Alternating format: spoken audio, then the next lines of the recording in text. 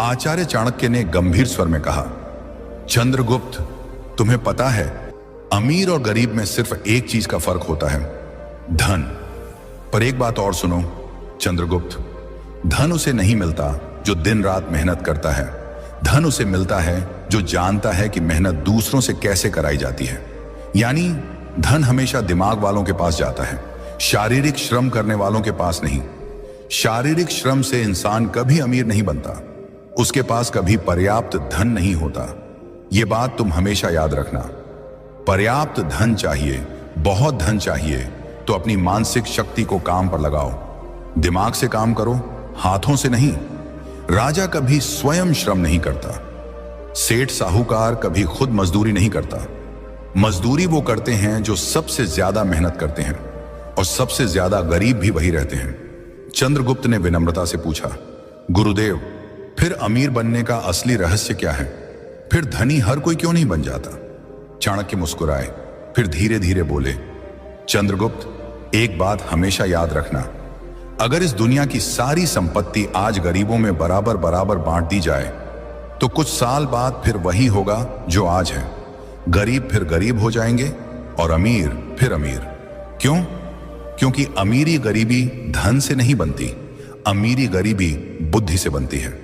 जो व्यक्ति अपनी बुद्धि के घोड़े दौड़ाता है उसे अमीर बनने में देर नहीं लगती। जो बुद्धि को सोने देता है और केवल शरीर से मेहनत करता रहता है वो जीवन भर गरीब ही रहेगा। धन बुद्धि का खेल है, मेहनत का नहीं। फिर चाणक्य ने कहा, आज मैं तुम्हें 7 ऐसे तरीके बताने जा रहा हूं जिन्हें जान लेने के बाद तुम्हें धनवान बनने से कोई नहीं रोक सकता। ये 7 तरीके चाणक्य नीति के सबसे गहरे सूत्र हैं। इन पर अगर तुम अमल करोगे तो एक दिन पूरा भारत तुम्हारे नाम का जयकारा करेगा। और फिर चाणक्य ने पहला सूत्र बताया, नियम 1, अपनी अक्ल में पैसा लगाओ। यह सबसे बड़ा निवेश है। अगर तुम सचमुच धनवान बनना चाहते हो, जीवन में वह ऊंचाई छूनी है जहां न पैसों की कमी रहे, न सम्मान की, न स्वतंत्रता की, तो सबसे पहला और सबसे जरूरी काम यह है कि तुम अपना सारा ध्यान, सारा पैसा और सारा समय सबसे पहले अपनी अक्ल पर लगाओ। मैंने तुम्हें पहले ही कहा था, शारीरिक श्रम छोड़ दो। हाथ पैर से मेहनत करने में कोई बुराई नहीं, लेकिन वो तुम्हें एक सीमा तक ही ले जाएगी। उस सीमा के बाद रुक जाओगे। मजदूर दिन रात हथौड़ा मारता है, फिर भी 2 जून की रोटी को मोहताज रहता है। क्यों? क्योंकि उसने अपनी अक्ल को कभी नहीं खोला। दिमाग के घुड्डे को दौड़ाओ, और दौड़ाने का मतलब है सीखो, सीखते रहो, जीवन के अंतिम क्षण तक सीखते रहो। जो व्यक्ति सीखना बंद कर देता है वो जीते जी मर जाता है, उसकी कमाई भी मर जाती है। नियम 2, मौके खुद नहीं आते, उन्हें पहचानना पड़ता है। अवसरः कालेन आगच्छति, कालेन च नश्यति, तम या सन्नादति स सिद्धिम प्राप्नोति। अर्थात अवसर समय के साथ आता है और समय के साथ नष्ट भी हो जाता है। जो उसकी ध्वनि सुन लेता है वही सिद्धि प्राप्त करता है। धनवान बनना है तो सबसे दूसरा और सबसे नियम यह है कि तुम्हें अवसरों की आंखें खोलनी पड़ेंगी। अवसर कभी दरवाजा खटखटाकर नहीं आते। भाई साहब, मैं आपका मौका हूं, मुझे अंदर आने दो, कहते हुए नहीं आते। अवसर हमेशा भेष बदल कर आते हैं। कभी वो किसी मुसीबत के रूप में आते हैं, कभी किसी ताने के रूप में, कभी किसी दोस्त के मुंह से निकले एक वाक्य के रूप में। ज्यादातर लोग इन्हें देखकर कन्नी काट लेते हैं, और जो इन्हें पहचान लेते हैं वही करोड़पति, अरबपति बनते हैं। मैं तुमसे कहता हूं, अगर तुम धनवान बनना चाहते हो तो आज से यह प्रण कर लो, मैं कोई भी अवसर गंवाऊंगा नहीं। चाहे सीखने का हो, कमाने का हो, जुद्धने का हो, घूमने का हो, कुछ नया करने का हो, मैं उसे पकड़ दूंगा। याद रखो, धन तुम्हारे पास नहीं आता, धन तुम तक आने का रास्ता ढूंढता है, और वो रास्ता है अवसर। जितने ज्यादा अवसर तुम पकड़ डरोगे उतने ही ज्यादा रास्ते धन के लिए खुलते जाएंगे। और अगर तुम अवसरों को चूकते रहे तो चाहे कितना भी पहला नियम सीखना फॉलो कर लो, तुम्हारी सारी सीख बेकार हो जाएगी, क्योंकि सीख का इस्तेमाल करने के लिए मौका चाहिए। नियम 3, समय धन से भी कीमती है। अगर तुम सचमुच धनवान बनना चाहते हो, करोड़ों अरबों नहीं बल्कि वो स्वतंत्रता हासिल करनी है जहां पैसा तुम्हारा गुलाम बने, न कि तुम पैसे के गुलाम रहो, तो आज से एक बात हमेशा के लिए गांठ बांध लो, समय पैसों से 1000 गुना ज्यादा कीमती है। पैसा खो गया तो दोबारा कमा लोगे, लेकिन समय खो गया तो वो हमेशा हमेशा के लिए चला गया। एक बार गया तो लौटकर कभी नहीं आएगा। दुनिया के सारे अमीर लोग एक ही बात पर सहमत हैं, उनका सबसे बड़ा हथियार उनका समय था और सबसे बड़ी पूंजी उनका समय का अनुशासन था। अगर तुम आज भी अपना समय बर्बाद कर रहे हो तो तुम धनवान बनने के लायक नहीं हो, क्योंकि धनवान बनना कोई खेल नहीं है, ये युद्ध है। और इस युद्ध में जो सबसे ज्यादा अनुशासित होता है वही जीतता है। धन तुम्हारे पास तभी आएगा जब तुम उसे साबित कर दोगे कि तुम उसके लायक हो, और तुम ये तभी साबित कर सकते हो जब तुम अपना हर पल, हर सांस, हर मिनट उसे समर्पित कर दोगे। आज से प्रण कर लो, मेरा समय मेरा सबसे बड़ा खजाना है, मैं इसे किसी को छूने भी नहीं दूंगा। न फालतू लोगों को, न फालतू आदतों को, न फालतू विचारों को। मेरा हर मिनट मेरे लक्ष्य के लिए होगा। मैं 24 में से 24 घंटे अपने सपने को दूंगा। जब तक सांस है तब तक रुकूंगा नहीं। इसी एक नियम को जीवन में उतार लोगे तो 7 में से बाकी नियम अपने आप तुम्हारे जीवन में आने लगेंगे, क्योंकि जिसने समय पर कब्जा कर लिया उसने धन पर, जीवन पर, भाग्य पर कब्जा कर लिया। नियम 4, धन आने से पहले खुद को तैयार करो। धन कमाना कठिन नहीं है, सच में कठिन है धन को अपने पास रोकना। तुमने देखा होगा, लॉटरी लगी, 2-4 साल में कंगाल, सैलरी बढ़ी, 1 साल में फिर वही पुराना रोना, बिजनेस चला, 2 साल में फिर कर्ज में डूब गए। क्यों? क्योंकि धन आने से पहले उन्होंने खुद को तैयार नहीं किया था। वे बर्तन थे पर छलनी थे। पानी डालो सारा नीचे। मां लक्ष्मी बहुत चतुर हैं, वे वहां नहीं ठहरती जहां संयम नहीं, जहां नियंत्रण नहीं, जहां आदतें गंदी हैं। धन एक नदी है, अगर तुमने बांध नहीं बनाया तो वह बह जाएगी, और बांध बनता है तुम्हारे अंदर, तुम्हारी आदतों में, तुम्हारे चरित्र में। इसलिए आज का नियम सबसे कठोर और सबसे जरूरी है। धन आने से पहले खुद को तैयार करो। अगर तुम आज गरीब हो पर संयम सीख लोगे तो कल अमीर बनकर भी राजा बने रहोगे, और अगर आज अमीर हो पर संयम नहीं सीखा तो कल कंगाल बनकर रोओगे। धन आता है तो तुम्हारी असली परीक्षा शुरू होती है। वह तुम्हें दिखाता है कि तुम सच में कौन हो। लालच है या संतोष, अहंकार है या विनम्रता, फिजूल खर्ची है या विवेक, दिखावा है या गरिमा। ज्यादातर लोग इस परीक्षा में फेल हो जाते हैं। पहली बड़ी सैलरी आई नहीं कि नई गाड़ी, नया फोन, पार्टी, शराब, मौज मस्ती। 2 साल बाद फिर वही पुरानी साइकिल। मैं तुमसे कहता हूं, धन आने से पहले खुद को ऐसा बना लो कि जब करोड़ों आए तब भी तुम पहले जैसे ही रहो। जूते पुराने हों या इतालवी, तुम्हारा चलना वही रहे। खाना ढाबे का हो या 5 सितारा, तुम्हारी भूख वही रहे। यही असली तैयारी है। लालच धन का सबसे बड़ा दुश्मन है। जैसे ही 2 पैसे हाथ में आते हैं, लालच कहता है, अरे यार अब तो जी ले, अब तो मौज कर, और तुम जीने के चक्कर में अपना भविष्य मार देते हो। नियम 5, अपनी संगति को सुधारो और दिमाग को लक्ष्य के प्रति प्रेरित रखो। तुम चाहे जितना भी सीख लो, जितने भी अनुभव कर लो, जितना भी समय लगाओ, अगर तुम्हारी संगति गलत है तो सब बेकार। तुम वही बनते हो जिनके साथ रहते हो। तुम्हारी कमाई, तुम्हारा चरित्र, तुम्हारा भाग्य, तुम्हारा भविष्य, ये सब तुम्हारे आसपास के 5 लोगों के औसत से तय होता है। तुम जहां बैठते हो, जिसके साथ चाय पीते हो, जिसके साथ रात को फोन पर घंटों गप्पे मारते हो, वही बताता है कि 10 साल बाद तुम कहां होगे।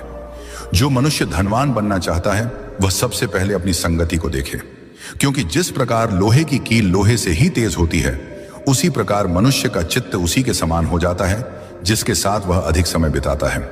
जब तुम नीच, आलसी, लंपट, नकारात्मक बोलने वाले लोगों के बीच रहते हो तो तुम्हारा मन भी वैसा ही हो जाता है। तुम्हें लगता है, अरे दुनिया में कुछ नहीं हो सकता, पैसा तो किस्मत से आता है, मेहनत करने से कुछ नहीं होता, और ऐसे विचारों से तुम स्वयं ही अपने पांवों पर कुल्हाड़ी मार लेते हो। पर जब तुम उच्च चिंतन वाले, धनवान, विद्वान, संयमी और लक्ष्यनिष्ठ लोगों के बीच रहते हो तो तुम्हारा मन भी ऊंचा उठने लगता है। तुम्हें स्वयं ही लगने लगता है, मैं भी कर सकता हूं। चंद्रगुप्त, जीवन में एक बात हमेशा याद रखना, उधार वो दीमक की तरह है जो रिश्ते को खोखला कर देता है, चाहे वो रिश्ता कितना ही मजबूत क्यों ना हो। और इन्हीं उधारों से धन की सबसे ज्यादा हानि होती है। जीवन में धन मांगने के लिए अक्सर हमारे अपने खास रिश्तेदार आते हैं, कभी कभी दोस्त भी, लेकिन हम ना कहने में हिचकिचाते हैं, डरते हैं कि कहीं रिश्ता टूट ना जाए। हकीकत यह है कि बहुत से लोगों को पता ही नहीं होता कि ना कैसे कहा जाए, क्योंकि उनके पास सही शब्द या तरीका नहीं होता। लेकिन आज मैं तुम्हें यही रणनीति बताऊंगा। जब कोई तुमसे उधार मांगने आए, अगर तुम ये 3 सवाल पूछ लोगे तो वो खुद ही उधार मांगने के बजाय कोई और बहाना बनाकर तुम्हारे यहां से चुपचाप निकल जाएगा। लेकिन चंद्रगुप्त, ये एक विद्या है जो डर से मुक्ति देती है। अगर तुम नहीं जानोगे तो हमेशा उलझते ही रहोगे, क्योंकि मैंने अक्सर देखा है कि लोग इसी वजह से अपनी जिंदगी की कमाई गंवा बैठते करते हैं। दोस्तों, चाणक्य की ये बातें आज भी उतनी ही सच्ची हैं जितनी उस पुराने जमाने में थीं। कल्पना कीजिए, चाणक्य के समय में पाटलिपुत्र की गलियों में एक साधारण व्यापारी रहता था। नाम था विष्णुदास। वो दिन रात मेहनत करके अपना व्यापार चलाता था, अनाज बेचता था और थोड़ी बहुत बचत करता था अपने परिवार के लिए। एक दिन उसका दूर का रिश्तेदार आया, बोला, भाई मेरी फसल बर्बाद हो गई है बाढ़ में, बस थोड़े पैसे उधार दे दो, अगली फसल में लौटा दूंगा। विष्णुदास का दिल पसीज गया। उसने अपनी सारी बचत दे दी, लेकिन महीने बीत गए, साल बीत गए, वो रिश्तेदार नजर नहीं आया। बाद में पता चला कि उसने वो पैसे अपनी ऐशो आराम में उड़ा दिए थे। विष्णुदास का परिवार भूखा रहा, बच्चे स्कूल नहीं जा सके और वो रिश्ता, वो तो पहले ही खोखला हो चुका था। चाणक्य कहते थे, धन की रक्षा करना परिवार की रक्षा करना है। आज के समय में भी यही हो रहा है। लोग फोन पर मैसेज करते हैं, भाई इमरजेंसी है, 50,000 उधार दे दे, और हम देते हैं क्योंकि नहीं देना हमें बुरा लगता है। लेकिन सच्चाई ये है कि पैसा देने के बाद रिश्ता और मजबूत होने के बजाय कमजोर हो जाता है। क्यों? क्योंकि अगर पैसा वापस नहीं आया तो झगड़े शुरू हो जाते हैं, और अगर मांगो तो तुम विलेन बन जाते हो। अब सवाल यह है कि हम इस जाल से कैसे बचें। चाणक्य की नीति हमें बताती है कि भावनाओं में बहना बंद करो और बुद्धि से काम लो। मैं आपको बताऊंगा वो 5 तरीके जो चाणक्य ने बताए थे, लेकिन सरल भाषा में, जैसे कोई बूढ़ा गुरु अपने शिष्यों को समझा रहा हो। इन तरीकों से आप ना कह सकेंगे बिना किसी को दुख पहुंचाए। और हां, मैं इसमें चाणक्य के समय की कहानियां जोड़ूंगा ताकि आप महसूस कर सकें कि ये सिद्धांत कितने पुराने हैं लेकिन आज भी काम करते हैं। जैसे आज के समय में कोई क्रेडिट कार्ड का इस्तेमाल करके कर्ज में फंस जाता है, वैसे ही उस जमाने में लोग साहूकारों के चंगुल में फंसते थे। लेकिन चाणक्य कहते थे, बुद्धिमान वो है जो कर्ज का जाल खुद नहीं बुनता। चलिए पहले तरीके से शुरू करते हैं। ये है, तुरंत जवाब न दो। चाणक्य इसे समय की ढाल कहते थे। जब कोई पैसा मांगे, चाहे वो कितनी बड़ी मुसीबत बता रहा हो, उसी वक्त हाँ या ना मत कहो। बस मुस्कुराकर कहो, भाई मैं तुम्हारी परेशानी समझता हूं, लेकिन मेरा पैसा अलग अलग जगहों पर लगा हुआ है, मुझे अपने हिसाब किताब देखने दो, घर वालों से बात कर लूं, कल तक बता देता हूं। ये 24 घंटे आपको सोचने का मौका देते हैं और सामने वाले की नीयत भी परख लेते हैं। चाणक्य के समय में एक राजकुमार था जो हमेशा जल्दबाजी में फैसले लेता था। एक बार एक जासूस उसके पास आया, बोला, महाराज मुझे तुरंत सोने की मुद्राएं चाहिए, दुश्मन की जासूसी के लिए। राजकुमार ने उसी वक्त दे दी। बाद में पता चला वो जासूस दुश्मन का था। चाणक्य ने राजकुमार को डांटा, समय लो, सोचो, तब फैसला करो। आज के समय में भी अगर कोई ट्रांसफर करने को कहे तो कहो, बैंक बंद है आज, कल देखते हैं। आप देखेंगे अगर जरूरत झूठी है तो वो इंतजार नहीं करेगा, किसी और के पास चला जाएगा। लेकिन अगर सच्ची है तो इंतजार करेगा।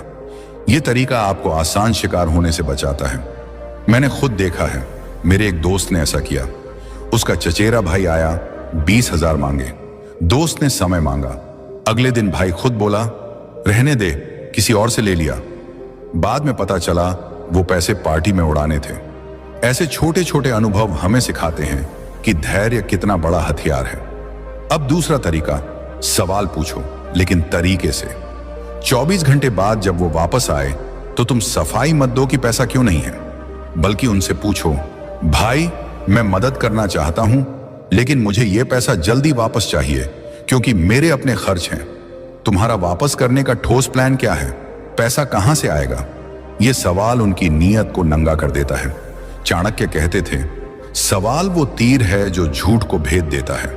उनके समय में एक साहूकार था जो लोगों से उधार लेता था, लेकिन चाणक्य ने अपने शिष्यों को सिखाया, पूछो कैसे लौटाओगे? साहूकार हमेशा गोलमोल जवाब देता और लोग बच जाते। आज के समय में भी अगर कोई कहे सैलरी से दे दूंगा तो ठीक है, लेकिन अगर बोले चिंता मत कर, भरोसा रख, तो सावधान हो जाओ। तब तुम कहो भरोसा तो है, लेकिन रिश्ता पैसों से ऊपर है। अगर पैसा नहीं लौटा तो रिश्ता खराब हो जाएगा, और मैं वो नहीं चाहता। ये बात उन्हें सोचने पर मजबूर कर देगी। एक बार मेरी मौसी के साथ ऐसा हुआ। उनका भतीजा आया, पैसे मांगे। मौसी ने सवाल पूछा। भतीजा हकलाया और खुद ही बोला, रहने दे चाची, मैं किसी और से ले लूंगा। बाद में पता चला वो पैसे शेयर मार्केट में लगाने थे, जहां वो हार गया था। ऐसे में सवाल पूछना आपको रक्षक बनाता है, न कि लुटेरा। तीसरा तरीका, सुरक्षा मांगो। चाणक्य इसे बंधक का नियम कहते थे। अगर वो अभी भी जिद करे तो कहो, भाई नियम तो होते हैं, मैं पैसा दे दूंगा, लेकिन बदले में एक छोटी सी गारंटी चाहिए, जैसे चेक या कोई चीज रखवा दो। चाणक्य कहते थे, बिना बंधक के धन रेत में पानी है। उनके समय में लोग सोने की अंगूठी या जमीन का कागज रखवाते थे। एक कहानी है, चाणक्य के एक शिष्य ने एक व्यापारी से उधार मांगा। शिष्य ने कहा, मुझे भरोसा है, लेकिन चाणक्य ने हस्तक्षेप किया, भरोसा अच्छा लेकिन प्रमाण बेहतर। व्यापारी ने चेक मांगा और वो व्यक्ति भाग गया। आज के समय में पोस्ट डेटेड चेक मांगो। अगर वो नाराज हो जाए, बोले तुम्हें शक है, तो कहो नहीं भाई, ये तो बस सुरक्षा है। जो साफ नियत का होगा वो दे देगा, लेकिन जो नहीं वो खुद चला जाएगा। मैंने एक पड़ोसी को देखा जो हमेशा उधार देता था। एक बार उसने गारंटी मांगी और मांगने वाला नाराज हो गया, लेकिन बाद में पड़ोसी का पैसा बच गया, क्योंकि वो व्यक्ति दूसरों को ठग रहा था। यह तरीका आपको मजबूत बनाता है और रिश्ते को बचाता है। चौथा तरीका, कमी का भ्रम पैदा करो। अगर वो कहे ठीक है, घर वालों से बात कर लो, तो कहो यार पैसा तो था, लेकिन अभी अभी फिक्स डिपॉजिट में डाल दिया। अगर निकालूंगा तो नुकसान होगा, अगर तुम वो नुकसान भरोगे तो निकाल लूं। चाणक्य इसे अभाव का माया कहते थे। उनके समय में एक राजा ने अपने मंत्री से कहा, मेरे पास खजाना है लेकिन अभी बंद है, अगर तुम खोलने का खर्च दोगे तो दे दूंगा। मंत्री खुद पीछे हट गया। आज भी यही काम करता है। कोई उधार मांगने वाला आपके नुकसान को क्यों भरे, वो खुद कहेगा रहने दे। एक बार मेरे चाचा ने ऐसा किया। उनका दोस्त आया, पैसे मांगे। चाचा ने कहा बैंक से निकालूंगा लेकिन पेनल्टी लगेगी। दोस्त बोला नहीं, मैं किसी और से ले लूंगा, और पैसा बच गया। ये तरीका चतुराई से काम करता है, बिना झगड़े के। पांचवा तरीका, छोटा दान दो अगर मुसीबत सच्ची हो। चाणक्य कहते थे, दान से शत्रु भी मित्र बन जाता है। अगर कोई सच में बीमार है या बच्चे की फीस है तो पूरी रकम उधार मत दो। कहो भाई पूरी रकम नहीं दे सकता, लेकिन इतना दे सकता हूं, और वापस मत करना। इससे तुम्हारा ज्यादा पैसा बच जाता है, इज्जत बढ़ती है, और वो दोबारा बड़ी मांग नहीं करेगा। चाणक्य के समय में एक गरीब किसान राजा के पास आया। राजा ने पूरी मदद नहीं दी, लेकिन छोटी मदद की। किसान हमेशा आभारी रहा। आज के समय में भी अगर कोई 50,000 मांगे तो 5,000 दे दो दान में। वो खुश होगा और तुम सुरक्षित। मेरी एक बहन ने ऐसा किया। उसकी सहेली आई, पैसे मांगे। बहन ने छोटी रकम दी और रिश्ता मजबूत हो गया। अब अगर रकम बड़ी हो, जैसे लाखों, तो कागजी काम जरूरी। चाणक्य कहते थे, लेखन बिना व्यवहार विवाद का बीज है। एग्रीमेंट बनाओ, चेक लो। जो साफ होगा वो मान जाएगा, जो नहीं वो भागेगा। अंत में चाणक्य की सीख, रिश्ते की कीमत समझो। अगर पैसा न देने से रिश्ता टूटे तो वो रिश्ता था ही नहीं। स्वयं की रक्षा करो। आज से नियमों को अपनाओ। समय लो, सवाल पूछो, गारंटी मांगो, कमी दिखाओ, दान दो। ना कहना आत्मसम्मान है।